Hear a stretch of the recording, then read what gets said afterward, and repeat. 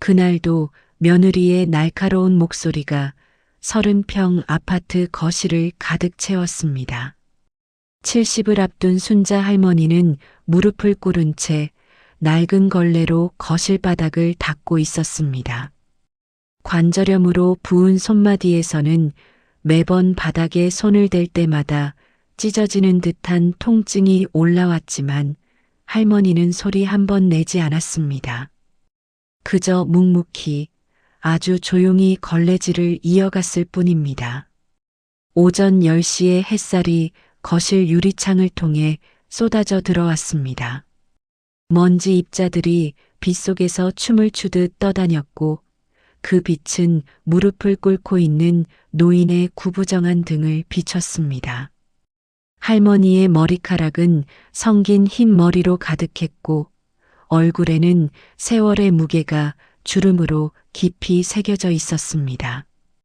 아직 출근도 하지 않은 며느리 지혜는 거실 소파에 비스듬히 누워 최신형 스마트폰으로 명품 쇼핑몰을 둘러보고 있었습니다. 완벽하게 손질된 네일아트가 된 손가락이 화면을 스크롤하며 프라다 신상 가방을 장바구니에 담았습니다.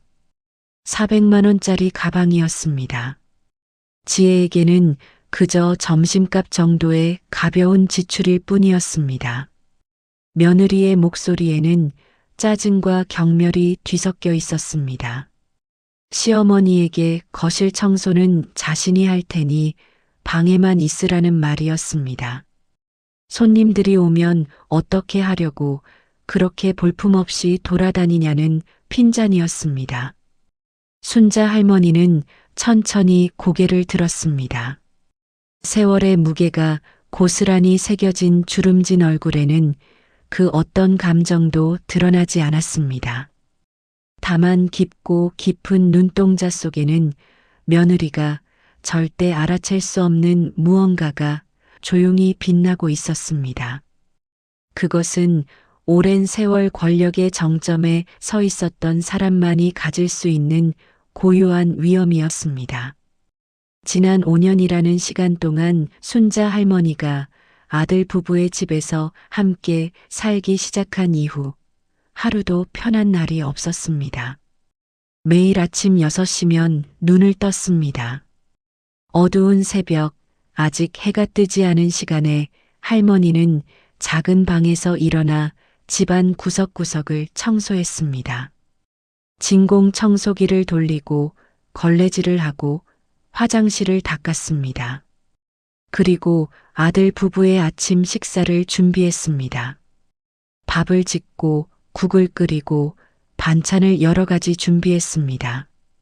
지혜는 단 한 번도 고맙다는 말을 하지 않았습니다. 오히려 반찬이 짜다는 투덜거림, 밥이 되었다는 불평, 국이 싱겁다는 핀잔만 쏟아냈습니다. 어떤 날은 시어머니가 요리를 제대로 못하면서 왜 매일 부엌을 어지럽히냐며 차라리 배달 음식이 낫겠다는 말까지 서슴지 않았습니다. 그런 말을 들을 때마다 순자 할머니의 가슴 한편이 시렸습니다. 칼로 베는 것처럼 날카롭게 아팠습니다. 하지만 할머니는 참았습니다. 아들을 위해서였습니다. 사랑하는 외동아들 민준이가 행복하기를 바라는 마음 하나로 모든 것을 견뎌냈습니다. 오후 2시 순자 할머니가 간신히 거실 청소를 마치고 작은 방으로 돌아가려던 바로 그 순간이었습니다. 삐리리리링 마이너스, 삐리리리링 마이너스. 오래된 휴대폰이 아닌 서랍 깊숙이 숨겨뒀던 또 다른 휴대폰이 울렸습니다. 최신형 스마트폰이었습니다. 화면에는 비서실장 강태진이라는 이름이 선명하게 떠올랐습니다. 순자 할머니의 표정이 순간 굳어졌습니다. 평소에 온화한 얼굴이 단 1초 만에 날카롭고 차가운 표정으로 변했습니다. 이 전화는 절대 받아서는 안 되는 전화였습니다. 30년 동안 숨겨온 비밀이 단 한 통의 전화로 무너질 수 있었으니까요. 하지만 전화는 멈추지 않았습니다. 한 번, 두 번, 세 번. 집요하게 울려대는 진동 소리가 방 안가득 퍼졌습니다. 테이블 위에서 진동하는 휴대폰은 마치 시한폭탄처럼 위협적으로 느껴졌습니다. 지혜가 화장실에 간 틈을 타서 순자 할머니는 서둘러 방문을 닫고 전화를 받았습니다. 전화기 너머로 들려온 중후한 남자 목소리는 회장님이라는 호칭으로 시작되었습니다. 할머니는 작은 목소리로 지금은 전화 받기 어렵다고 대답했습니다. 바로 그때 지혜가 화장실에서 나오는 소리가 들렸습니다. 순자 할머니는 재빨리 전화를 끊고 휴대폰을 서랍 깊숙이 밀어 넣었습니다. 손놀림은 빨랐지만 가슴은 요동쳤습니다. 그러나 그 짧은 순간 지혜는 시어머니 방문 틈 사이로 무언가를 보았습니다. 최신형 스마트폰을 든 시어머니의 뒷모습이었습니다. 단정한 자세로 전화를 받는 모습, 그리고 평소와는 전혀 다른 차분하고 위험 있는 목소리까지. 지혜의 눈이 가늘어졌습니다. 의심의 씨앗이 그녀의 마음속에 심어지는 순간이었습니다. 항상 구부정한 자세로 집안일만 하던 시어머니, 오래된 옷만 입고 외출도 거의 하지 않던 시어머니, 용돈 10만 원도 아깝다는 듯 받던 시어머니가 최신형 스마트폰을 들고 있었습니다. 그것도 자신이 쓰는 것보다 더 고급 모델을 말입니다. 지혜는 의심의 눈초리로 시어머니 방문을 바라봤습니다. 머릿속으로 온갖 가능성들이 스쳐 지나갔습니다. 이 이야기가 마음에 드신다면 어디서 듣고 계신지 소중한 댓글 남겨주세요. 아직 구독 안 하셨다면 구독과 좋아요 한 번씩 부탁드립니다. 여러분의 관심이 더 좋은 이야기를 만드는 힘이 됩니다. 그 순간 순자 할머니는 아무 일도 없었다는 듯 방문을 열고 나왔습니다. 다시 구부정한 자세로 돌아온 채였습니다. 평소처럼 며느리에게 저녁은 뭐 해드릴까 하고 물었습니다. 지혜는 코웃음을 치며 필요 없다고 답했습니다. 민준이랑 저녁 약속이 있으니 시어머니는 알아서 드시라고 했습니다. 냉장고에 있는 김치찌개를 데워 드시면 된다는 말과 함께 그것도 못하는 건 아니냐는 비아냥까지 덧붙였습니다. 지혜는 명품 핸드백을 들고 집을 나섰습니다. 하이힐 소리가 복도에 울려 퍼졌고 현관문이 쾅 소리를 내며 닫혔습니다. 홀로 남은 순자 할머니는 작은 식탁에 앉아 차가운 김치찌개를 덮였습니다. 가스레인지 불꽃이 파란 빛을 내며 타올랐고 낡은 냄비에서는 보글보글 김이 올랐습니다. 혼자 먹는 저녁이었지만 할머니는 정갈하게 상을 차렸습니다. 밥 한 공기, 김치찌개, 그리고 깍두기 몇 조각. 순자 할머니는 창밖을 바라봤습니다. 30년 전 모든 것을 버리고 이곳으로 온 그날이 떠올랐습니다. 화려한 저택이 기억났습니다. 500평이 넘는 강남의 대저택. 수십 명의 사용인들이 할머니의 한마디 한마디에 귀를 기울이며 움직였던 그곳. 끝없이 이어지는 사업 미팅들, 정치인들과의 만찬, 재계 인사들과의 골프 모임, 그리고 진심 없는 미소들로 가득했던 그 세계가 주마등처럼 스쳐 지나갔습니다. 순자는 그 모든 것이 싫었습니다. 돈과 권력으로 얼룩진 그 세계가 너무나 메말라 보였습니다. 아들 민준이에게만은 진짜 사랑이 무엇인지, 진짜 가족이 무엇인지, 진짜 인간관계가 무엇인지 가르쳐주고 싶었습니다. 그래서 남편이 세상을 떠난 후 모든 것을 비서실에 맡기고 혼자 이곳으로 왔습니다. 평범한 어머니로 살기 위해서였습니다. 하지만 5년 전 아들이 데려온 며느리 지혜, 그 여자는 순자가 그토록 피하고 싶었던 그 세계의 사람이었습니다. 돈만 밝히고 거칠에만 중요하게 여기고 사람을 겉모습으로 판단하고 무시하는 것에 익숙한 사람이었습니다. 순자는 알고 있었습니다. 며느리 지혜가 자신을 얼마나 깔보는지, 자신을 가난한 시골 노파쯤으로 여기며 무시하는지 모든 것을 알고 있었습니다. 그리고 오늘 강태진 비서실장의 전화는 단 하나를 의미했습니다. 이제 그만 돌아오셔야 할 때라는 것, 30년간의 시험이 끝나가고 있다는 것을 말입니다. 과연 며느리 지혜는 진실을 알게 되었을 때 어떤 표정을 지을까요? 자신이 그토록 무시하던 시어머니의 진짜 정체를 알게 된다면 어떤 반응을 보일까요? 순자 할머니의 입가에 희미한 미소가 번졌습니다. 그것은 복수를 앞둔 미소가 아니었습니다. 오히려 슬픔과 연민이 섞인 미소였습니다. 며느리를 벌주고 싶은 것이 아니라 가르쳐주고 싶었습니다. 사람은 겉모습으로 판단하는 게 아니라는 것, 누구에게나 존중받을 자격이 있다는 것을 말입니다. 1995년 봄의 어느 화창한 아침이었습니다. 서울 강남 한복판에 위치한 태양그룹 본사 회장실, 40대의 박순자는 50층 건물 최상층 회장실에서 서울 전경을 내려다보고 있었습니다. 유리창 너머로 보이는 도시는 끝없이 펼쳐져 있었고 그 모든 것이 태양그룹의 영향력 아래 있었습니다. 건설, 유통, 금융, 호텔까지.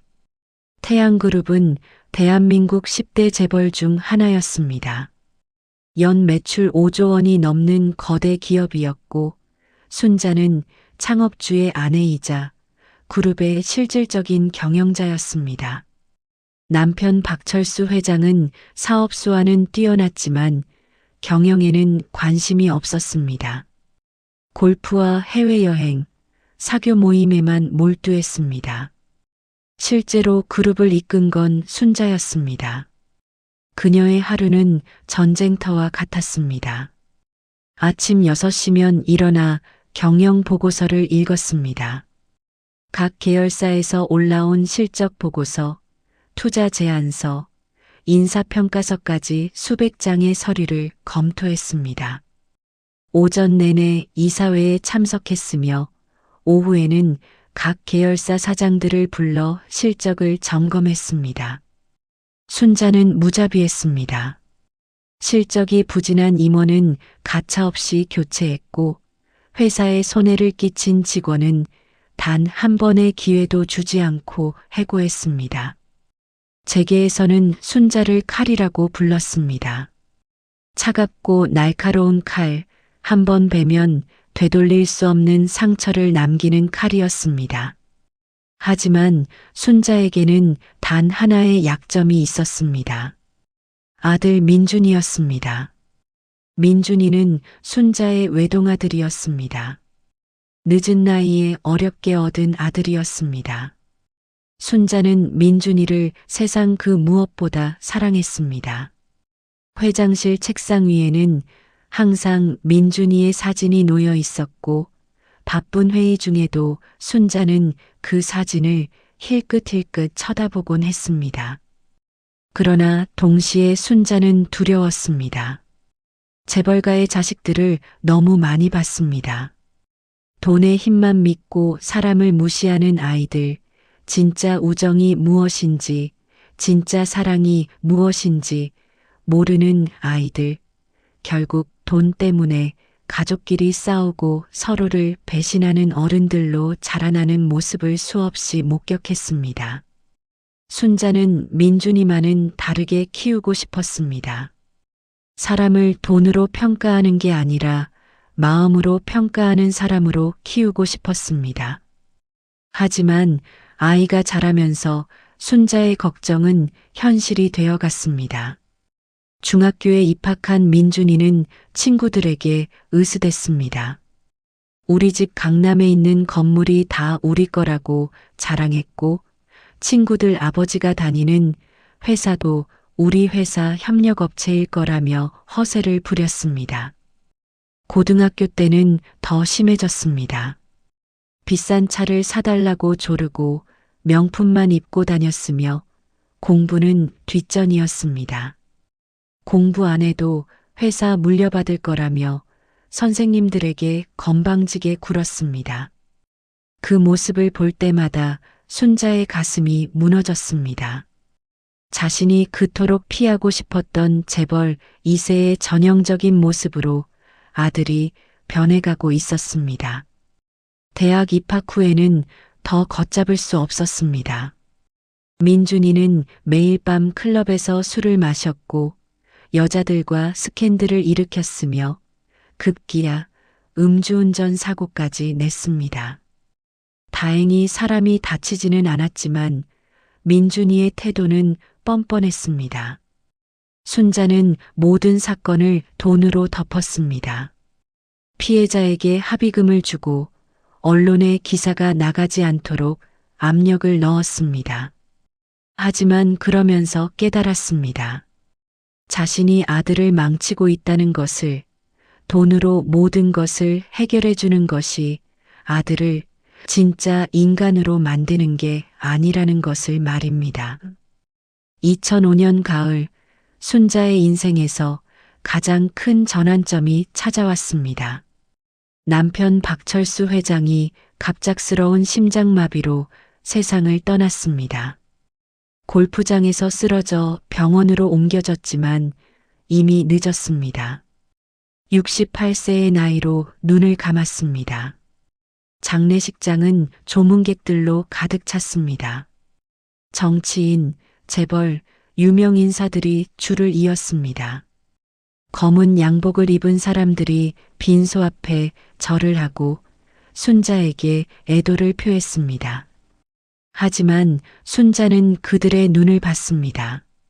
슬픔이 아닌 계산이 가득한 눈, 이제 태양그룹은 누가 차지할까 하는 욕심이 담긴 눈, 후계 구도가 어떻게 될까 궁금해하는 눈빛들을 순자는 놓치지 않았습니다. 민준이는 장례식장 구석에서 술을 마시고 있었습니다. 아버지가 세상을 떠났는데도 눈물 한 방울 흘리지 않았습니다. 오히려 친구들과 웃으며 떠들었습니다. 이제 자신이 회장이 될 거라고 자랑했습니다. 그 모습을 본 순자는 가슴이 찢어지는 것 같았습니다. 그날 밤 순자는 결심했습니다. 모든 것을 내려놓기로 했습니다. 민준이에게 진짜 삶이 무엇인지 가르쳐 주기로 마음먹었습니다. 다음 날 아침 순자는 비서실장 강태진을 불렀습니다. 50대의 강태진은 순자가 가장 신뢰하는 사람이었습니다. 20년 동안 순자 곁에서 일하며 그녀의 모든 비밀을 지켜온 사람이었습니다. 순자는 강태진에게 충격적인 지시를 내렸습니다. 오늘부터 모든 경영권을 전문 경영인에게 넘기라는 것, 자신은 이사회에도 참석하지 않겠다는 것이었습니다. 강태진은 눈이 휘둥그레졌습니다. 회장님이 안 계시면 그룹이 어떻게 되냐고, 전문 경영인들을 믿을 수 있느냐고 반문했습니다. 하지만 순자의 결심은 확고했습니다. 강태진이 옆에서 잘 지켜보면 된다고 말했습니다. 그리고 민준이에게는 자신이 평범한 어머니라고만 말하라고 지시했습니다. 재산도 회사도 아무것도 없다고 말하라고 했습니다. 강태진은 이해할 수 없다는 표정이었지만 순자는 설명했습니다. 민준이가 진짜 사랑을 알게 될 때까지 자신은 평범한 엄마로 살겠다고 말했습니다. 그렇게 순자는 강남의 저택을 떠나 작은 아파트로 이사했습니다. 사용인도 없이, 운전기사도 없이 혼자서 살기 시작했습니다. 민준이에게는 거짓말을 했습니다. 아빠 사업을 정리하다가 빚을 지게 됐다고, 이제 가난하게 살아야 할 것 같다고 말했습니다. 25살이었던 민준이는 처음으로 좌절을 맛봤습니다. 더 이상 재벌 2세가 아니었습니다. 클럽에서 으스대던 친구들도 하나둘 떠나갔습니다. 돈이 없어지자 사람들도 사라졌습니다. 민준이는 처음으로 일을 시작했습니다. 작은 무역회사에 취직해서 월 200만 원을 벌었습니다. 생전 처음 아르바이트도 해봤습니다. 편의점 야간 알바, 전단지 돌리기, 주말 이사센터 일까지 했습니다. 그 과정에서 민준이는 조금씩 변했습니다. 돈의 소중함을 알게 됐고 사람을 대하는 태도가 달라졌습니다. 과거에는 무시하던 서비스직 종사자들에게 인사를 하기 시작했고 편의점 알바생에게 고맙다는 말을 건네기 시작했습니다. 순자는 그런 아들을 멀리서 지켜봤습니다. 비서실을 통해 아들의 모든 동향을 보고받으며 조용히 미소 지었습니다. 잘하고 있다고, 이제 진짜 사람이 되어가고 있다고 속으로 말했습니다. 그렇게 10년이라는 긴 시간이 흘렀습니다. 민준이는 성실한 직장인이 됐고 작지만 자기 집도 마련했습니다. 대출을 받아 30평짜리 아파트를 샀고 매달 빚을 갚으며 살았습니다. 그리고 5년 전 지혜라는 여자를 만나 결혼했습니다. 순자는 처음 지혜를 만난 날을 기억합니다. 며느리가 될 여자는 공손하게 인사했고 순자에게도 예의 바르게 대했습니다. 민준 씨의 성실함에 반했다고, 요즘 이렇게 착한 남자 찾기 힘들다고 말했습니다. 순자는 안심했습니다. 착한 며느리를 만났다고, 이제 아들이 행복하게 살 수 있겠다고 생각했습니다. 하지만 그것은 착각이었습니다. 결혼 후 지혜의 본색이 드러나기 시작했습니다. 처음에는 소소한 불평이었습니다. 반찬이 너무 짜다는 말, 청소할 때 좀 더 꼼꼼히 해달라는 부탁 정도였습니다. 하지만 시간이 지날수록 지혜의 태도는 노골적으로 변했습니다. 손님이 온다며 방에 계시라는 말, 가난한 시어머니가 있는 게 창피하다는 말, 남루한 옷을 입고 다니면 자신들까지 가난해 보인다는 핀잔까지 서슴지 않았습니다. 민준이는 아무 말도 하지 않았습니다. 오히려 아내 편을 들었습니다. 엄마 보고 지혜 말도 일리 있으니 조금만 이해해달라고 했습니다. 그 순간들마다 순자의 가슴이 찢어졌습니다. 30년 동안 아들을 변화시키기 위해 모든 것을 버렸는데 정작 아들은 자신을 지켜주지 않았습니다. 하지만 순자는 참았습니다. 아들이 스스로 깨닫기를 바라며 더 기다렸습니다. 그리고 오늘 강태진 비서실장의 전화가 왔습니다. 순자는 알고 있었습니다. 이제 더 이상 참을 수 없는 순간이 왔다는 것을, 며느리 지혜에게 진실을 보여줄 때가 왔다는 것을 말입니다. 지혜의 학대는 날이 갈수록 심해졌습니다. 어느 화창한 봄날 오후의 일이었습니다. 순자 할머니는 부엌에서 저녁 준비를 하고 있었습니다. 관절염 때문에 칼질을 할 때마다 손가락 마디마디에서 찌릿한 통증이 올라왔지만 순자는 묵묵히 물을 썰었습니다.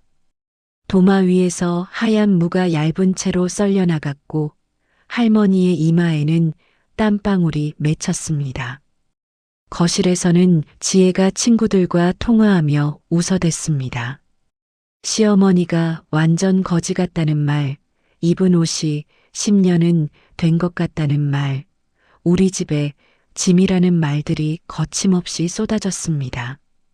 지혜의 목소리는 일부러 크게 내는 것처럼 들렸습니다.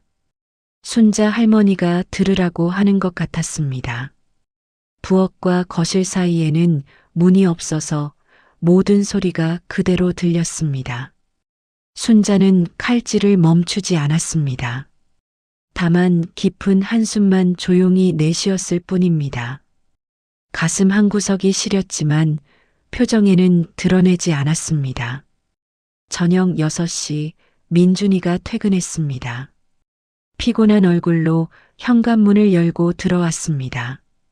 무역회사에서 과장으로 일하며 매일 야근을 했기에 늘 지쳐 있었습니다.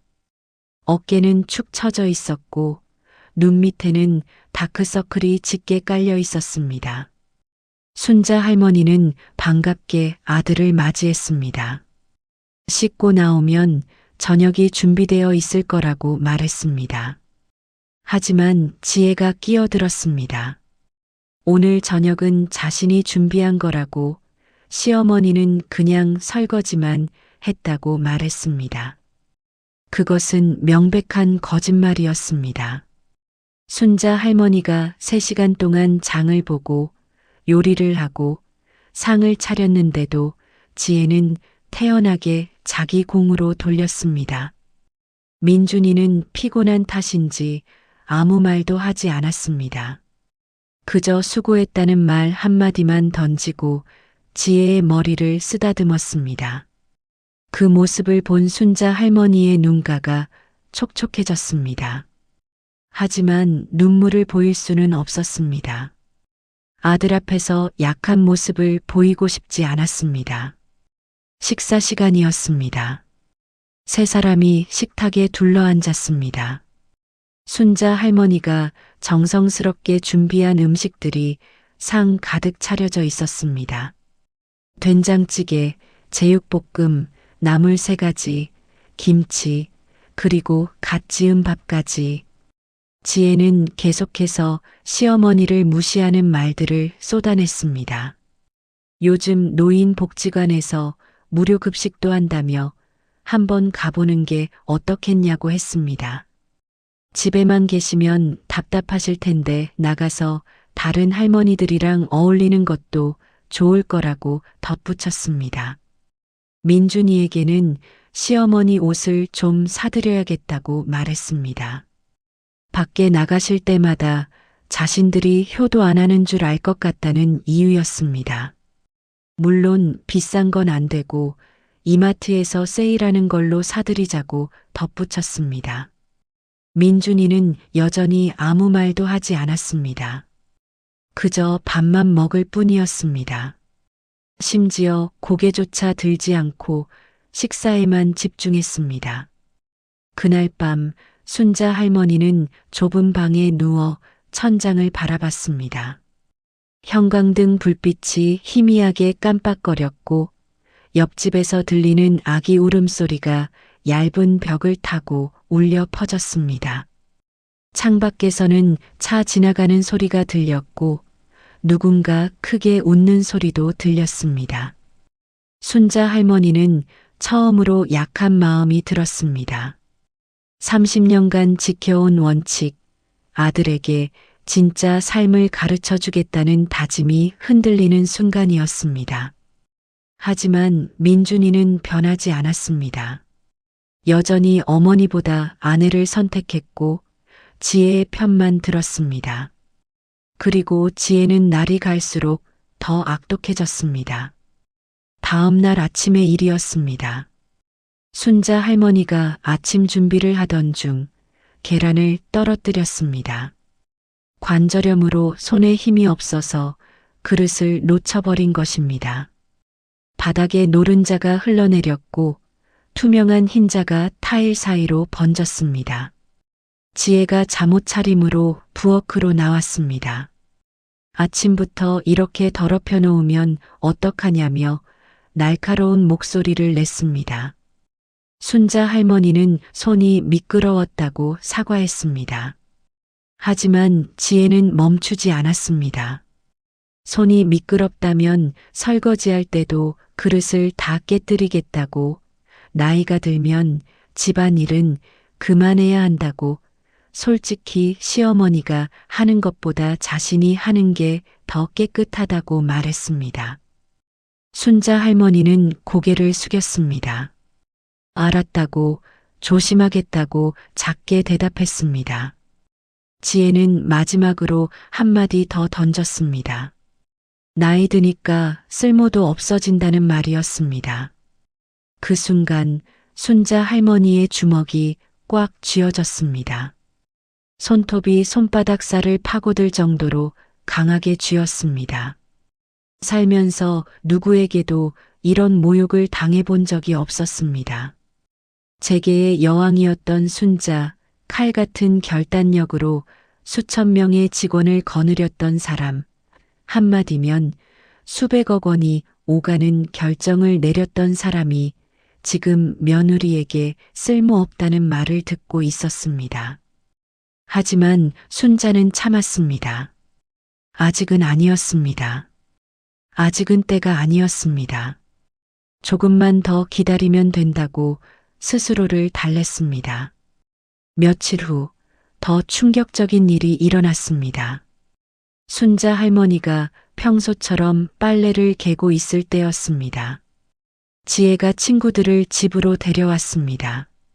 3명의 여자들이었습니다. 모두 명품 옷을 입고 화려한 화장을 한 30대 초반의 여성들이었습니다. 루이비통 가방, 샤넬 재킷, 에르메스 스카프를 두른 그녀들은 거실에 들어서자마자 집을 품평하기 시작했습니다. 친구들이 거실을 둘러보다가 순자 할머니를 발견했습니다. 지혜에게 저분은 누구냐고 물었습니다. 지혜는 태연하게 대답했습니다. 시어머니라고, 신경 쓰지 말고 없는 사람이라고 생각하라고 말했습니다. 친구들이 키득거리며 웃었습니다. 시어머니랑 같이 사는 게 힘들겠다는 말, 진짜 짐이라는 말들이 오갔습니다. 지혜는 그냥 가정부라고 생각하고 부려먹고 있다고 대답했습니다. 순자 할머니는 빨래를 개는 손을 멈췄습니다. 가정부, 자신을 가정부라고 불렀습니다.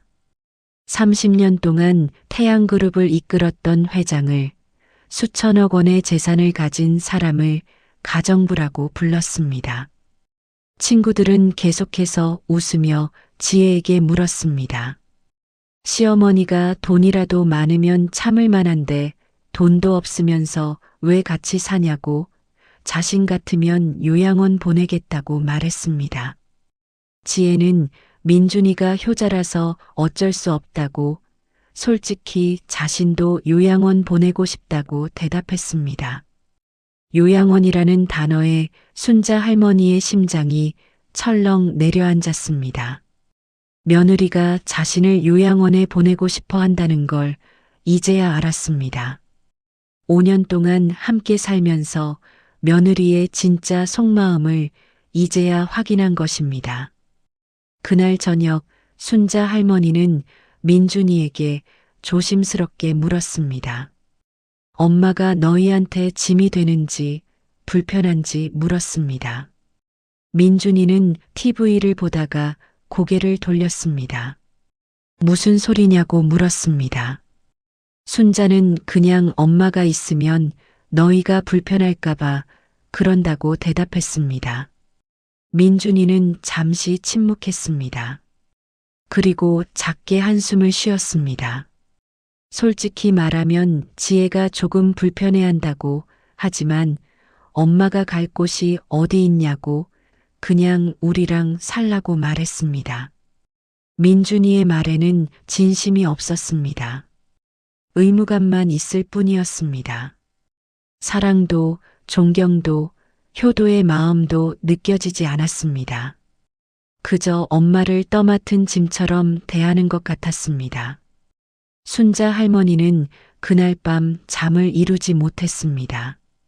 새벽 3시 순자는 서랍 깊숙이 숨겨둔 휴대폰을 꺼냈습니다.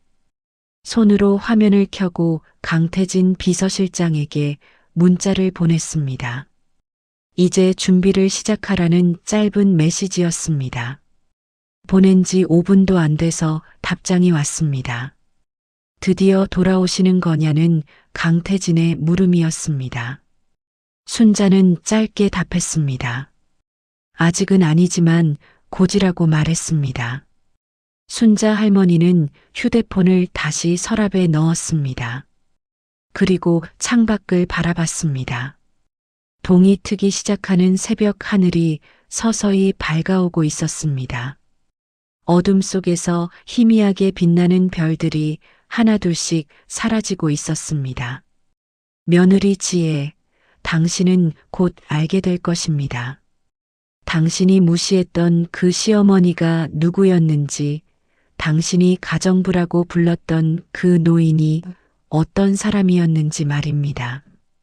그리고 그때는 이미 너무 늦었다는 것을 깨닫게 될 것입니다. 그날은 평범한 수요일 오후였습니다. 지혜는 백화점에서 쇼핑을 마치고 집으로 돌아왔습니다.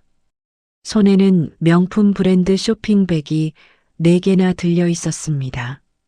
프라다, 구찌, 루이비통, 그리고 펜디까지.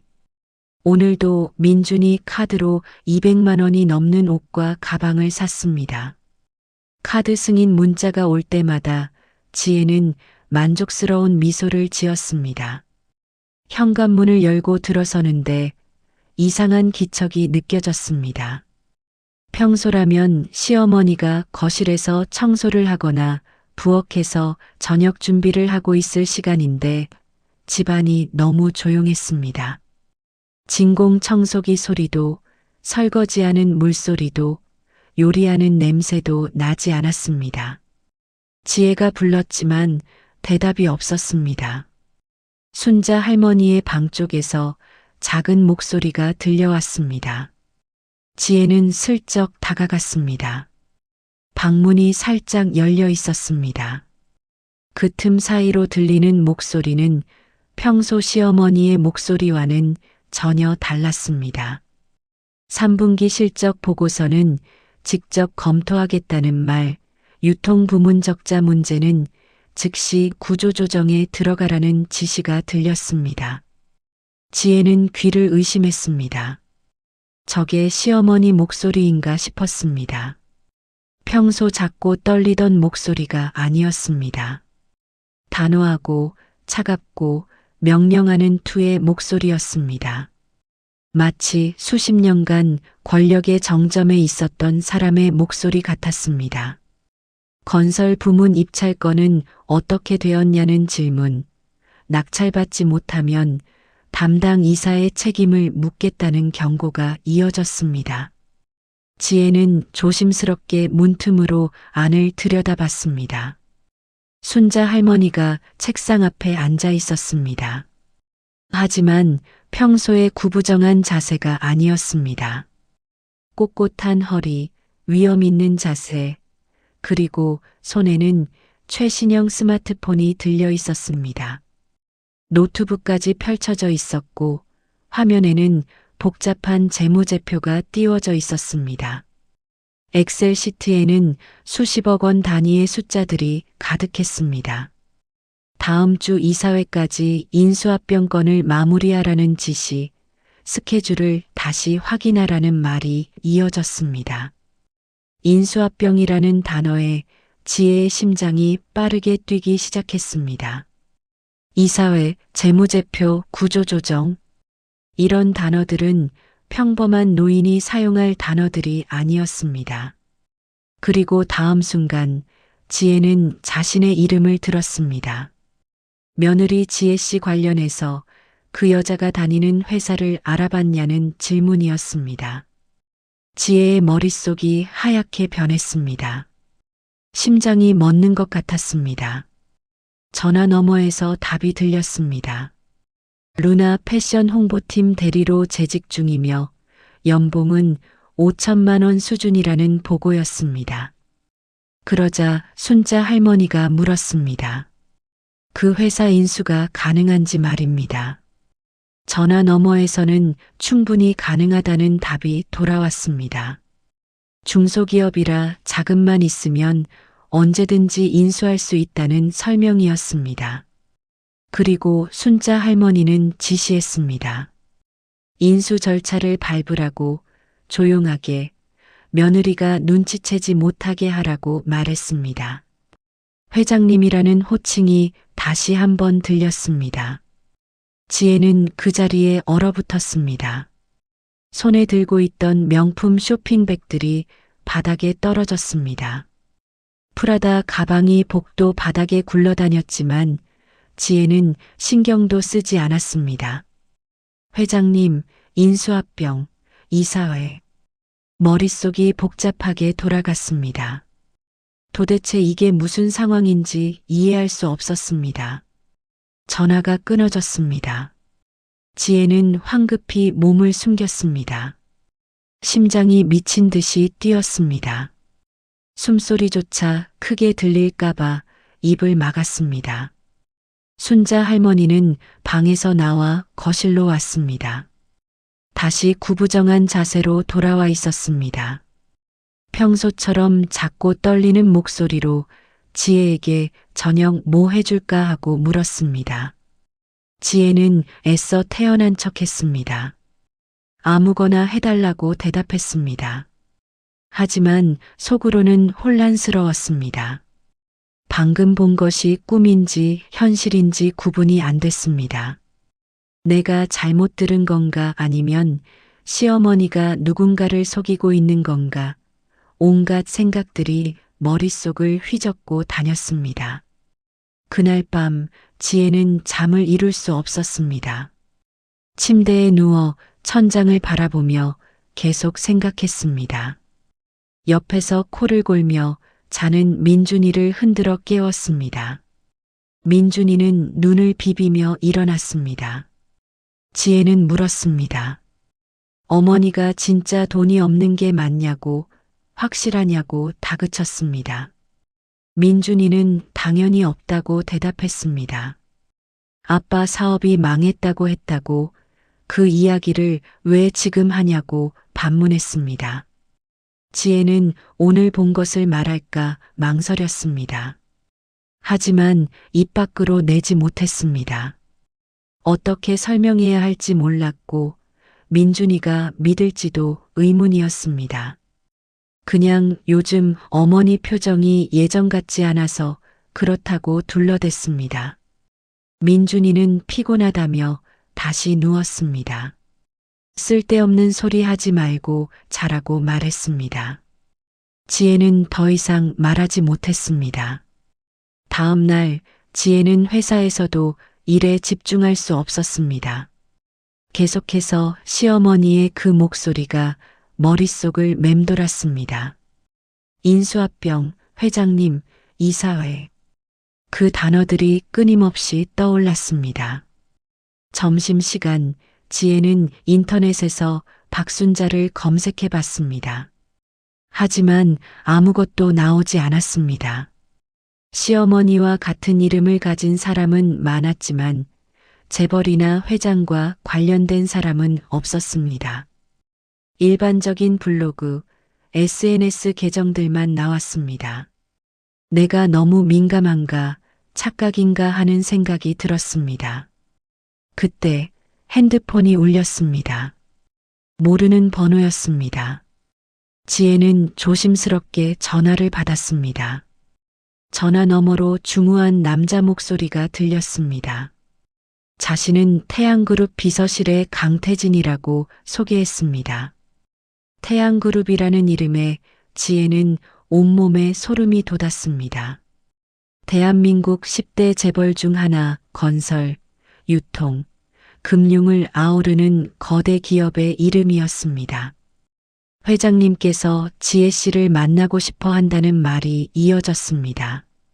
내일 오전 10시 태양그룹 본사로 방문해달라는 요청이었습니다. 지혜는 무슨 일인지 물었습니다. 하지만 직접 뵙고 말씀드리겠다는 답만 들을 수 있었습니다. 전화가 끊겼습니다. 지혜는 멍하니 핸드폰을 내려다봤습니다. 태양그룹 회장이 자신을 왜 부르는 걸까? 어제 들었던 시어머니의 전화와 무슨 관계가 있는 걸까? 불안한 예감이 점점 커졌습니다. 그날 저녁 지혜는 집에 돌아와서도 계속 생각했습니다. 저녁 식사 중에도 설거지를 하면서도 샤워를 하면서도 머릿속은 온통 태양그룹 생각뿐이었습니다. 태양그룹 회장님, 시어머니의 전화. 뭔가 연결되는 것 같았지만 확신할 수 없었습니다. 아니, 확신하고 싶지 않았습니다. 만약 자신의 추측이 맞는다면 그건 너무나 끔찍한 일이 될 테니까요. 밤 11시 민준이가 퇴근했습니다. 지혜는 내일 오전에 중요한 약속이 있어서 회사에 좀 늦게 가도 되겠냐고 물었습니다. 민준이는 무슨 약속이냐고 물었습니다. 지혜는 거짓말을 했습니다. 그냥 친구 만나기로 했다고 둘러댔습니다. 민준이에게 태양그룹 이야기를 할 수 없었습니다. 다음 날 아침 지혜는 일찍 일어나 최고급 정장을 입었습니다. 화장도 평소보다 진하게 했습니다. 거울을 보며 여러 번 표정을 고쳤습니다. 순자 할머니는 부엌에서 아침을 준비하고 있었습니다. 평소처럼 구부정한 자세로 프라이팬 앞에 서서 계란을 굽고 있었습니다. 할머니가 지혜에게 어디 가냐고, 아침은 먹고 가냐고 물었습니다. 지혜는 괜찮다고, 바빠서 그냥 가겠다고 대답했습니다. 서둘러 집을 나섰습니다. 택시를 타고 강남으로 향했습니다. 태양그룹 본사는 강남역 근처에 있는 50층짜리 건물이었습니다. 건물 앞에 도착했을 때 지혜는 주눅이 들었습니다. 유리로 된 거대한 건물이 하늘을 찌를 듯 솟아 있었습니다. 로비에는 대리석 바닥과 거대한 샹들리에가 있었고 정장을 입은 직원들이 바쁘게 오가고 있었습니다. 지혜는 떨리는 마음으로 안내 데스크로 갔습니다. 데스크 직원이 컴퓨터를 확인하더니 최상층으로 올라가라고 안내했습니다. 전용 엘리베이터를 이용하라는 말과 함께였습니다. 전용 엘리베이터, 그 단어만으로도 이 회사의 위상을 알 수 있었습니다. 지혜는 긴장한 채 엘리베이터에 올랐습니다. 50층까지 올라가는 동안 심장이 터질 것 같았습니다. 숨을 깊게 들이쉬고 내쉬었지만 긴장은 가라앉지 않았습니다. 엘리베이터 문이 열렸습니다. 넓은 복도가 펼쳐졌습니다. 고급스러운 인테리어, 벽에 걸린 비싼 그림들, 그리고 끝에 보이는 거대한 문이 눈에 들어왔습니다. 회장실이라고 쓰여 있었습니다. 지혜는 떨리는 손으로 문을 노크했습니다. 들어오라는 목소리가 들렸습니다. 익숙한 목소리였습니다. 문을 열고 들어간 순간 지혜는 그 자리에서 얼어붙었습니다.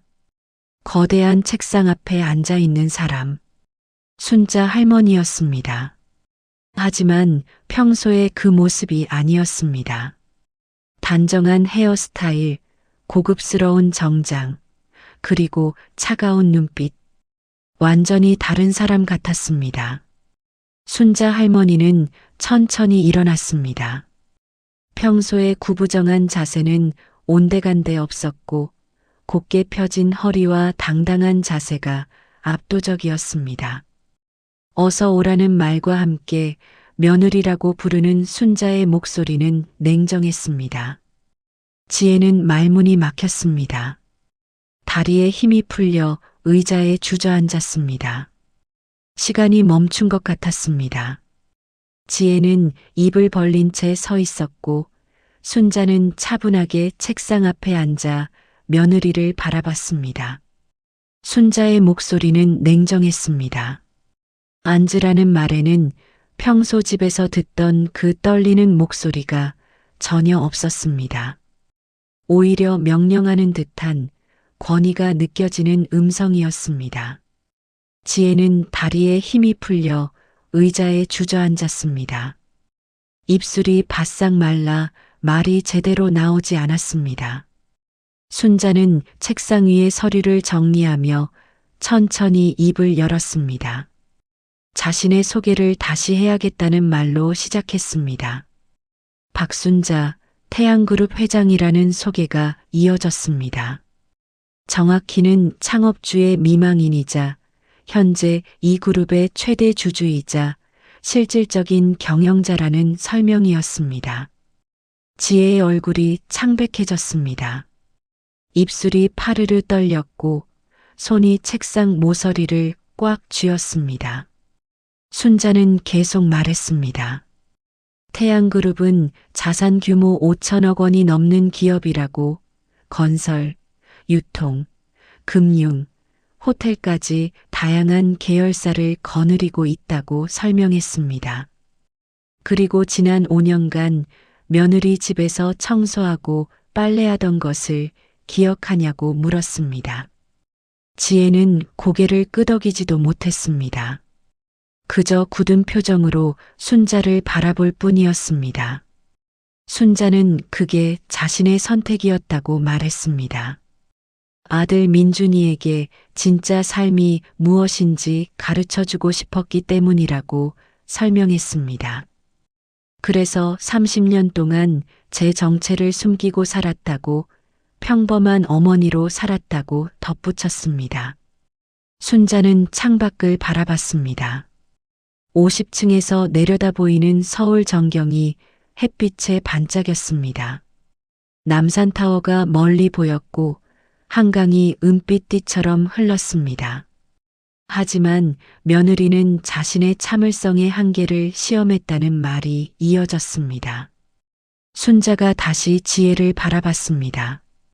그 눈빛은 얼음장처럼 차가웠습니다. 가정부라고 했다는 것, 요양원에 보내고 싶다고 했다는 것, 쓸모없다고 했다는 것. 순자는 하나하나 되짚었습니다. 지혜는 얼굴이 새하얗게 질렸습니다. 자신이 잘못했다고, 사과하겠다고 떨리는 목소리로 말했습니다. 하지만 순자는 손을 들어 지혜의 말을 막았습니다. 사과는 필요 없다고, 자신은 사과 따위에 관심 없다고 단호하게 말했습니다. 다만 며느리에게 배울 기회를 주고 싶다는 말이 이어졌습니다. 사람을 함부로 대하면 어떤 결과가 오는지 깨닫게 해주고 싶다는 것이었습니다. 순자는 책상 위의 파일을 열었습니다. 며느리가 다니는 루나 패션이라는 회사를 아냐고 물었습니다. 지혜는 고개를 끄덕였습니다. 순자는 차갑게 말했습니다. 어제 태양그룹이 그 회사를 인수했다고, 정확히는 어제 저녁 9시에 인수계약이 완료됐다고 설명했습니다. 이제 루나 패션은 태양그룹의 자회사라고, 그리고 새로운 경영진이 임명됐다고 덧붙였습니다. 순자는 서류를 지혜 앞으로 밀었습니다. 이게 며느리의 해고 통지서라고 말했습니다. 지혜는 서류를 집어들었습니다. 손이 너무 떨려서 글씨가 제대로 보이지 않았습니다. 눈물이 흐려서 서류의 내용이 잘 읽히지 않았습니다. 제발이라는 말, 이건 너무하다는 말이 지혜의 입에서 나왔습니다. 순자의 목소리에 냉소가 섞였습니다. 너무하다는 말에 반문했습니다. 며느리가 자신에게 한 짓들을 생각해 보라고 했습니다. 무릎 꿇고 바닥을 닦게 하고 친구들 앞에서 가정부라고 부르고 쓸모없다고 모욕한 것이 너무하지 않냐고 물었습니다. 지혜는 울음을 터뜨렸습니다. 죄송하다는 말, 정말 죄송하다는 말, 자신이 잘못했다는 말을 반복했습니다. 순자는 차갑게 말했습니다. 울음도 필요 없다고 했습니다. 며느리는 이제부터 자신이 어떤 사람인지 똑똑히 보게 될 거라고, 그리고 후회하게 될 거라고, 하지만 그때는 이미 늦었을 거라고 말했습니다. 순자는 인터폰을 눌렀습니다. 비서실장에게 들어오라는 지시였습니다. 문이 열리고 50대의 남자가 들어왔습니다. 강태진 비서실장이었습니다. 단정한 정장 차림에 날카로운 눈빛을 가진 남자였습니다. 순자는 며느리에게 앞으로의 계획을 설명해 주라고 지시했습니다.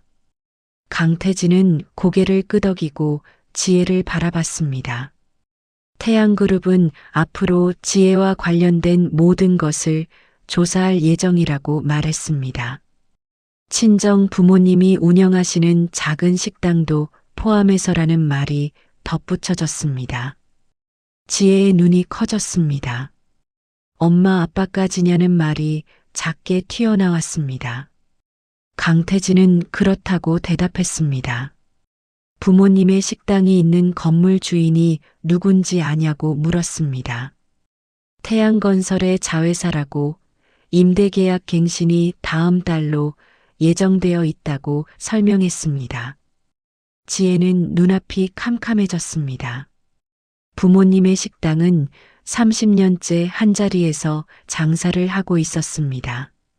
동네에서 소문난 맛집이었고 부모님의 유일한 수입원이었습니다. 제발 부모님은 건드리지 말아달라는 애원이 나왔습니다. 순자가 말했습니다. 그건 며느리의 태도에 달려 있다고 했습니다. 지금부터 선택해야 한다고, 진심으로 반성하고 사죄할 것인지 아니면 계속 저항할 것인지 선택에 따라 가족의 미래가 결정된다고 말했습니다. 지혜는 바닥에 무릎을 꿇었습니다. 제발 용서해달라는 애원, 정말 잘못했다는 사죄가 이어졌습니다. 순자는 창밖을 바라보며 말했습니다. 용서는 쉽게 하는 게 아니라고, 용서는 자격이 있는 사람만 받을 수 있다고 했습니다. 오늘부터 며느리는 제대로 배우게 될 거라고, 사람을 무시하는 것이 얼마나 무서운 결과를 낳는지 깨닫게 될 거라고 덧붙였습니다. 그날 오후 지혜는 멍한 상태로 집에 돌아왔습니다. 순자 할머니는 이미 집에 와 있었습니다. 평소처럼 구부정한 자세로 부엌에서 저녁을 준비하고 있었습니다. 냄비에서는 김치찌개가 보글보글 끓고 있었고 도마 위에는 썰어놓은 파가 놓여 있었습니다. 순자는 평소처럼 작고 떨리는 목소리로 지혜에게 왔냐고, 저녁 거의 다 됐다고 말했습니다. 하지만 이제 지혜는 알고 있었습니다. 저 목소리가 가면이라는 것을, 저 구부정한 자세가 연기라는 것을, 저 온화한 표정 뒤에 얼마나 무서운 힘이 숨어 있는지 말입니다. 지혜는 방으로 들어가 침대에 쓰러졌습니다. 핸드폰이 울렸습니다. 회사에서 온 문자였습니다. 내일 오전 인사팀으로 출근해달라는 내용이었습니다. 중요한 통보 사항이 있다는 말과 함께였습니다. 지혜는 핸드폰을 던져버렸습니다. 모든 게 무너지고 있었습니다. 직장도, 부모님 식당도, 모든 것이 한순간에 무너지고 있었습니다. 다음 날 아침 지혜는 회사에 출근했습니다. 인사팀 앞에 앉았을 때 팀장이 서류를 건넸습니다. 회사 구조 조정으로 인해 오늘자로 퇴사 처리된다는 통보였습니다. 지혜는 항변하려 했지만 소용없었습니다. 본사 지시사항이라는 말만 반복될 뿐이었습니다. 팀장의 표정은 미안하면서도 단호했습니다. 오전 11시 지혜는 개인 물품을 챙겨 회사를 나왔습니다. 작은 박스 하나에 담긴 것이 7년간의 회사 생활 전부였습니다. 책상 위에 있던 사진 몇 장, 머그컵, 화장품 몇 개가 전부였습니다. 7년간 다니던 회사였습니다. 대리까지 승진하며 나름 인정받던 직장이었습니다. 동료들과 함께 야근하고 회식하고 때로는 울고 웃던 곳이었습니다. 하지만 이제 모든 게 끝났습니다. 동료들은 지혜를 쳐다보지도 않았습니다. 작별 인사를 건네는 사람도 없었습니다. 마치 지혜가 처음부터 존재하지 않았던 것처럼 모두가 외면했습니다. 집으로 돌아가는 길, 지혜는 부모님 식당에 들렀습니다. 작은 식당이었지만 항상 손님들로 가득했던 곳이었습니다. 점심시간이면 직장인들이 줄을 서서 기다리고 저녁에는 동네 주민들이 찾아오는 곳이었습니다. 하지만 오늘은 달랐습니다. 문이 닫혀 있었습니다. 영업 중이라는 표시판도 걸려 있지 않았습니다. 지혜는 황급히 안으로 들어갔습니다. 부모님은 빈 식당 안에 앉아 있었습니다. 어머니는 울고 있었고 아버지는 멍하니 벽을 바라보고 있었습니다. 평생 일만 하며 살아온 아버지의 등이 유독 작아 보였습니다. 어머니가 손에 든 서류를 지혜에게 내밀었습니다. 임대계약 해지 통보서였습니다. 건물주가 갑자기 나가라고 한다는 어머니의 말이 떨렸습니다. 30년을 여기서 장사했는데 어디로 가야 하냐는 절규 같은 목소리였습니다. 지혜는 서류를 읽었습니다. 태양건설 자회사라는 글자가 눈에 들어왔습니다. 순간 온몸에 소름이 돋았습니다. 시어머니가 여기까지 손을 뻗쳤다는 것을, 자신의 부모님까지 건드렸다는 것을 깨달았습니다. 지혜의 다리에 힘이 풀렸습니다. 벽에 기대어 주저앉았습니다. 어머니가 물었습니다. 우리 어떡하냐고, 이 나이에 어디 가서 다시 시작하냐고, 지혜야, 우리 어떡하면 좋으냐고 울부짖었습니다. 아버지가 처음으로 입을 열었습니다. 70을 바라보는 아버지의 목소리는 절망으로 가득했습니다. 평생 모은 돈으로 이 식당 하나 장만했는데 이제 다 끝이라는 말이었습니다. 지혜는 무릎을 꿇고 부모님 앞에 앉았습니다. 미안하다는 말, 다 자기 잘못이라는 말이 목에서 나왔습니다. 부모님은 무슨 소리냐고 물었습니다. 지혜는 차마 말을 잇지 못했습니다. 자신이 시어머니를 너무 함부로 대했다는 것, 그분이 사실은 태양그룹 회장이라는 것을 어떻게 설명해야 할지 몰랐습니다. 그날 밤 지혜는 집에 돌아왔습니다. 민준이가 먼저 와 있었습니다. 평소보다 일찍 퇴근한 것 같았습니다. 민준이는 지혜의 얼굴을 보고 놀랐습니다. 무슨 일이 있냐고, 왜 얼굴이 그렇게 됐냐고 물었습니다. 지혜는 민준이에게 모든 것을 말했습니다. 회사에서 해고당한 것, 부모님 식당이 문을 닫게 된 것, 그리고 시어머니의 진짜 정체까지 모든 것을 쏟아냈습니다. 민준이는 믿을 수 없다는 표정이었습니다. 그게 무슨 소리냐고 우리 엄마가 재벌이라고 반문했습니다. 지혜는 처음엔 못 믿었다고 하지만 사실이라고 태양그룹 본사에서 직접 봤다고 말했습니다. 민준이는 거실로 나갔습니다. 순자 할머니는 TV를 보고 있었습니다.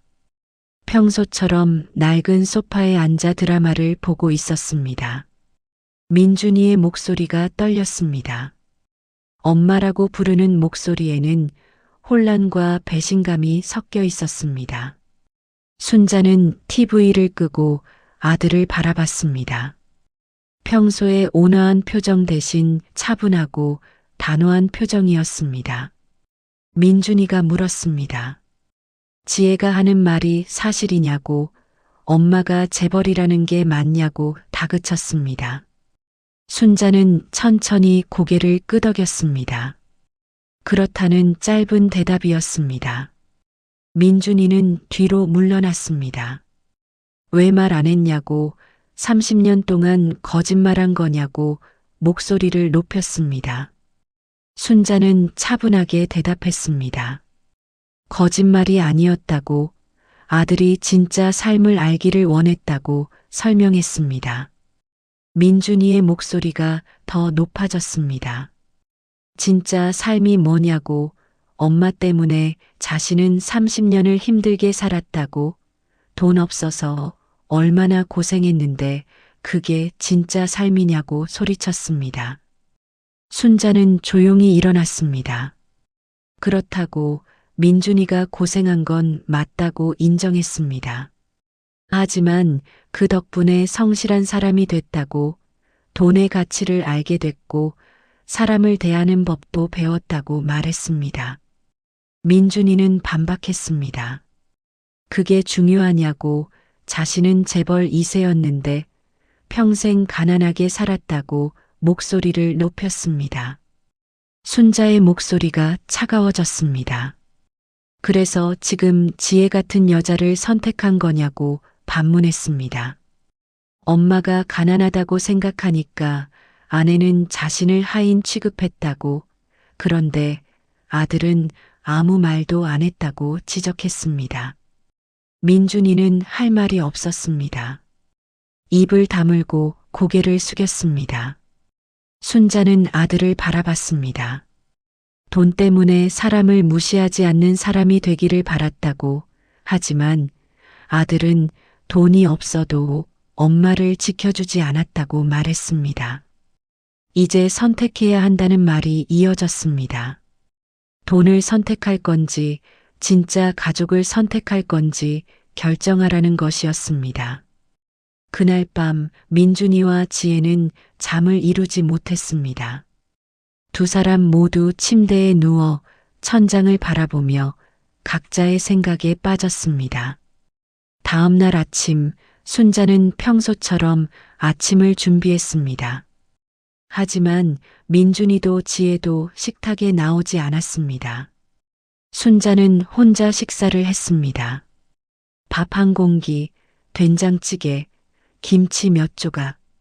평소와 다름없는 아침이었지만 식탁은 너무나 쓸쓸했습니다. 그리고 핸드폰을 꺼내 강태진에게 전화했습니다. 다음 단계로 넘어가라는 지시였습니다. 강태진은 알겠다고 대답했습니다. 순자는 창밖을 바라봤습니다. 이제 진짜 시험이 시작되는 것이었습니다. 며느리가 진심으로 변할 것인지, 아들이 진짜 어른이 될 것인지, 그 시험이 이제 시작되는 것입니다. 일주일이 지났습니다. 그 일주일 동안 집안 분위기는 얼어붙었습니다. 서로 마주치지 않으려고 노력했고 말을 섞지 않았습니다. 민준이는 출근도 하지 않고 집에만 있었습니다. 회사에 병가를 냈지만 사실 아무것도 할 수 없는 상태였습니다. 소파에 앉아 멍하니 천장을 바라보거나 방에 누워 있을 뿐이었습니다. 지혜는 하루 종일 방에만 박혀 있었습니다. 먹지도 않고 씻지도 않았습니다. 커튼을 쳐서 방을 어둡게 만들고 침대에 누워 울기만 했습니다. 순자만 평소처럼 움직였습니다. 아침을 준비하고 청소를 하고 빨래를 했습니다. 마치 아무 일도 없었던 것처럼 일상을 유지했습니다. 어느 금요일 저녁, 순자는 거실에 민준이와 지혜를 불렀습니다. 두 사람은 조심스럽게 거실로 나왔습니다. 민준이는 일주일 동안 수염도 깎지 않아 얼굴이 수척했고 지혜는 초췌한 얼굴이었습니다. 순자는 그들 앞에 서류를 놓았습니다. 이혼 합의서라는 설명이 이어졌습니다. 지혜의 눈이 커졌습니다. 믿을 수 없다는 표정으로 순자를 바라봤습니다. 순자는 차분하게 말했습니다. 민준이는 이제 선택해야 한다고. 지혜와 이혼하고 엄마와 함께 태양그룹으로 돌아올 것인지 아니면 지혜와 함께 살대 엄마의 모든 재산을 포기할 것인지 결정하라고 말했습니다. 민준이는 말없이 서류를 바라봤습니다. 손이 떨렸습니다. 순자는 계속 말했습니다. 만약 민준이가 지혜를 선택한다면 인정하겠다고. 하지만 그 순간부터 자신의 아들이 아니라고, 태양그룹과도 아무 관계가 없다고 말했습니다. 하지만 지혜와 이혼한다면 태양그룹의 후계자가 될 수 있다고, 모든 재산을 물려받고 회장 자리도 이어받게 된다고 덧붙였습니다. 지혜가 끼어들었습니다. 제발 다시 한 번만 기회를 달라고. 정말 반성하고 있다고 애원했습니다. 순자는 지혜를 차갑게 바라봤습니다. 기회는 이미 5년 동안 줬다고. 그 시간 동안 며느리는 무엇을 했냐고 반문했습니다. 시어머니를 무시하고 학대하고 가정부 취급했다고 지적했습니다. 지혜는 바닥에 무릎을 꿇었습니다. 죄송하다는 말, 정말 죄송하다는 말을 반복했습니다. 순자는 민준이를 바라봤습니다. 선택이 뭐냐고 물었습니다. 민준이는 머리를 감싸쥐었습니다. 이건 너무 잔인하다고. 어떻게 이런 선택을 하라고 하냐고 목소리를 냈습니다. 순자의 목소리에 처음으로 감정이 실렸습니다. 잔인하다고 반문했습니다. 그럼 지혜가 자신에게 한 짓은 뭐냐고. 그건 잔인하지 않았냐고 물었습니다. 순자는 말했습니다. 자신은 민준이의 엄마라고, 아들을 낳고 키우고 평생 사랑한 엄마라고. 그런데 아들은 단 한 번도 자신을 지켜주지 않았다고 말했습니다. 엄마가 가난하다고 생각했을 때도, 지혜가 자신을 무시했을 때도 아들은 그냥 눈 감았다고. 왜냐고. 편하니까, 아내랑 싸우기 싫으니까 그랬다고 지적했습니다. 민준이의 눈에 눈물이 흘렀습니다. 몰랐다고. 엄마가 이렇게 힘들어하는지 몰랐다고 말했습니다. 순자는 단호하게 말했습니다. 몰랐던 게 아니라 보려고 하지 않았다고. 돈 때문에 사람을 무시하지 않는 사람이 되기를 바랐는데 아들은 그 반대가 됐다고. 돈이 없어도 사람을 지키지 못하는 사람이 됐다고 말했습니다. 민준이는 아무 말도 하지 못했습니다. 고개를 숙이고 눈물만 흘렸습니다. 순자는 다시 서류를 가리켰습니다. 일주일 안에 결정하라고, 그리고 알려달라고 말했습니다.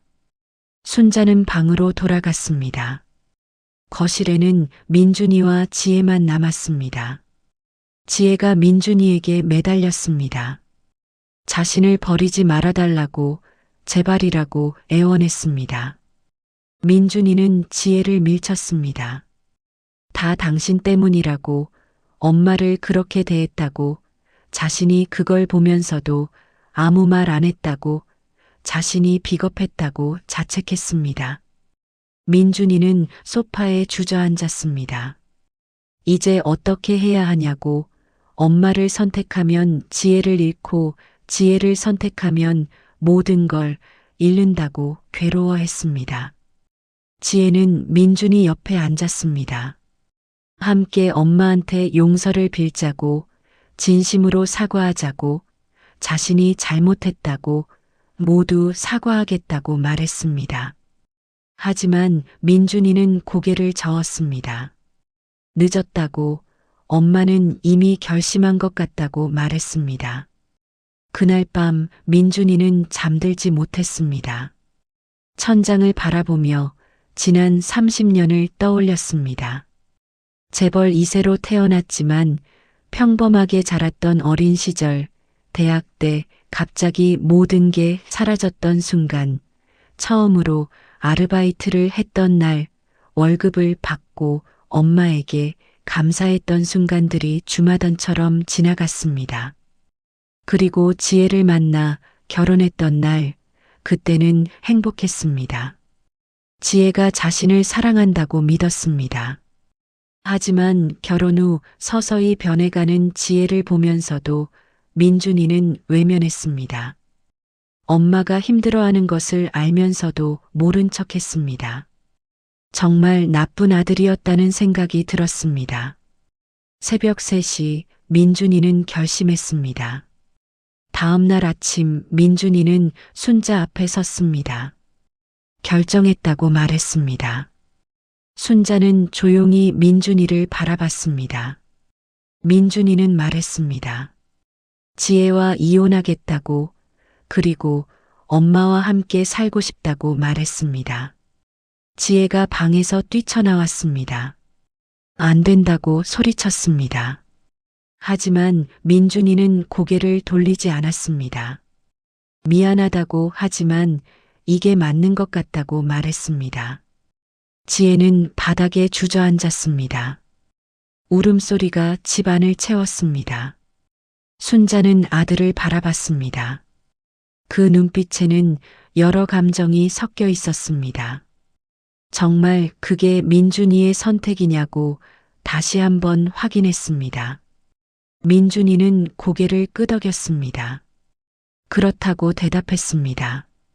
순자는 깊은 한숨을 쉬었습니다. 알았다고 짧게 말했습니다. 그날 이후 상황은 급변했습니다. 민준이는 태양그룹 본사로 출근하기 시작했습니다. 임원 교육을 받으며 회사 경영을 배웠습니다. 아침 6시에 출근해서 밤 10시에 퇴근하는 강행군이었습니다. 지혜는 이혼 서류에 서명했습니다. 더 이상 저항할 힘이 없었습니다. 펜을 든 손이 떨렸지만 결국 자신의 이름을 적었습니다. 하지만 순자는 마지막 순간에 결정을 바꿨습니다. 이혼 서류를 찢어버린 것입니다. 민준이는 놀랐습니다. 왜 그러냐고 물었습니다. 순자는 창밖을 바라보며 말했습니다. 아들이 선택하는 걸 보고 싶었다고, 진짜로 엄마를 선택할 수 있는지 확인하고 싶었다고 설명했습니다. 그리고 며느리에게 마지막 기회를 주려고 한다고 덧붙였습니다. 순자는 지혜를 불렀습니다. 지혜는 초췌한 얼굴로 나타났습니다. 일주일 동안 제대로 먹지도 자지도 못한 얼굴이었습니다. 눈밑이 까맣게 패이고 입술은 바싹 말라 있었습니다. 순자는 차를 따라주며 말했습니다. 며느리를 벌주고 싶었던 게 아니라 가르쳐주고 싶었다고 설명했습니다. 사람은 겉모습으로 판단하는 게 아니라는 것, 돈이 많다고 옷을 비싸게 입는다고 더 가치 있는 사람이 아니라는 것을 깨닫기를 바랐다고 말했습니다. 순자는 지혜의 눈을 바라봤습니다. 며느리는 자신을 가난하다고 무시했지만 진짜 가난한 건 며느리의 마음이었다고 지적했습니다. 지혜의 눈에 눈물이 고였습니다. 죄송하다는 말, 정말 죄송하다는 말이 또다시 나왔습니다. 순자는 말했습니다. 사과는 이제 됐다고, 자신이 원하는 건 며느리가 진짜로 변하는 거라고 설명했습니다. 순자는 테이블 위에 서류를 놓았습니다. 지혜 부모님 식당 임대계약서라는 설명이 이어졌습니다. 새로 5년 연장했고 임대료도 반으로 줄였다고 말했습니다. 지혜는 믿을 수 없다는 표정이었습니다. 떨리는 손으로 서류를 집어들었습니다. 그리고 다른 서류도 내밀었습니다. 회사 복직 서류라는 설명이었습니다. 월요일부터 다시 출근하면 된다고 말했습니다. 지혜는 진짜냐고 물었습니다. 정말 자신을 다시 받아주는 거냐고 확인했습니다. 순자는 고개를 끄덕였습니다. 하지만 조건이 있다고 덧붙였습니다. 앞으로 매주 토요일마다 노인복지관에서 봉사활동을 해야 한다고 1년 동안 해야 한다고 말했습니다. 지혜는 고개를 끄덕였습니다. 하겠다고, 뭐든지 하겠다고 대답했습니다. 순자는 또 하나의 조건을 말했습니다. 부모님을 모시고 살라고, 이 집에서 함께 살라고 했습니다. 부모님도 연세가 있고 식당 일도 힘드니까 함께 살면 좋을 거라고, 집은 넓으니까 걱정하지 말라고 덧붙였습니다. 지혜는 눈물을 흘렸습니다. 감사하다는 말, 정말 감사하다는 말을 반복했습니다. 순자는 지혜의 손을 잡았습니다. 사람은 실수할 수 있다고, 중요한 건 그 실수를 인정하고 고치는 거라고 말했습니다. 한 달 후, 지혜의 부모님이 이사를 왔습니다. 지혜 아버지는 처음에는 어색해했지만 순자가 따뜻하게 대해주자 마음을 열었습니다. 순자는 부모님을 위해 가장 좋은 방을 내주었고 필요한 가구도 모두 새로 마련해 주었습니다. 지혜는 매주 토요일마다 노인복지관에서 봉사했습니다. 처음에는 의무감으로 시작했지만 시간이 지나면서 진심이 생겼습니다. 할머니, 할아버지들과 이야기하고 식사를 도와드리고 청소를 하면서 지혜는 깨달았습니다. 자신도 언젠가는 저렇게 늙는다는 것을, 노인을 무시하는 것이 결국 미래의 자신을 무시하는 것과 같다는 것을 말입니다. 어느 토요일 저녁 봉사를 마치고 집에 돌아온 지혜는 순자에게 말했습니다. 자신이 어머니께 했던 일들이 정말 용서받을 수 없는 짓이었다고, 죄송하다고 다시 한번 사과했습니다. 순자는 고개를 저었습니다. 아니라고, 용서는 이미 했다고 말했습니다. 지혜는 눈물을 흘렸습니다. 순자는 말했습니다. 사람은 누구나 배우며 살아간다고, 며느리도 이제 배운 거라고, 그것으로 충분하다고 말했습니다. 그날 밤 순자는 혼자 방에서 남편 사진을 바라봤습니다. 우리 민준이가 이제 어른이 됐다고, 그리고 며느리도 달라지고 있다고, 당신이 살아있었다면 좋아했을 거라고 속으로 말했습니다. 순자는 미소 지었습니다. 오랜만에 편안한 미소였습니다. 6개월 후 태양그룹 이사회가 열렸습니다. 순자는 이사들 앞에서 발표했습니다. 오늘부로 회장직에서 물러나고 아들 박민준을 새 회장으로 임명하겠다고 선언했습니다. 박수가 터져 나왔습니다. 이사들은 일어나서 박수를 보냈습니다. 민준이는 단상에 올랐습니다. 부족한 자신이 이 자리에 서게 되어 두렵기도 하지만 어머니께서 가르쳐 주신 대로 최선을 다하겠다고 말했습니다. 민준이는 객석에 앉은 순자를 바라봤습니다. 사랑한다고 말했습니다. 순자는 조용히 고개를 끄덕였습니다. 눈가에 눈물이 맺혔습니다. 그날 저녁 집에서는 가족 모임이 열렸습니다. 순자, 민준, 지혜, 그리고 지혜의 부모님까지 5명이 둘러앉아 저녁을 먹었습니다. 지혜가 직접 요리한 음식이었습니다. 순자에게 배운 레시피로 만든 김치찌개와 된장국, 그리고 여러 가지 나물들이었습니다. 순자는 한 입 먹고 미소 지었습니다. 맛있다고, 많이 늘었다고 칭찬했습니다. 지혜는 어머니께 배운 덕분이라고 대답했습니다. 식사 후 순자는 베란다로 나갔습니다. 서울 야경이 한눈에 들어왔습니다. 반짝이는 불빛들이 밤하늘을 수놓았습니다. 남산타워가 빛나고 있었고 한강에는 유람선의 불빛이 보였습니다. 지혜가 옆에 왔습니다. 추운이 들어가라고 걱정했습니다. 순자는 괜찮다고 조금 있다 들어가겠다고 대답했습니다. 지혜는 순자 옆에 섰습니다. 한 가지 여쭤봐도 되냐고 조심스럽게 물었습니다. 순자는 그러라고 대답했습니다. 지혜가 물었습니다. 왜 자신을 용서해 줬냐고, 자신이 어머니께 그렇게 못되게 굴었는데 왜 용서해 줬냐고 물었습니다. 순자는 잠시 침묵했습니다. 그리고 조용히 말했습니다.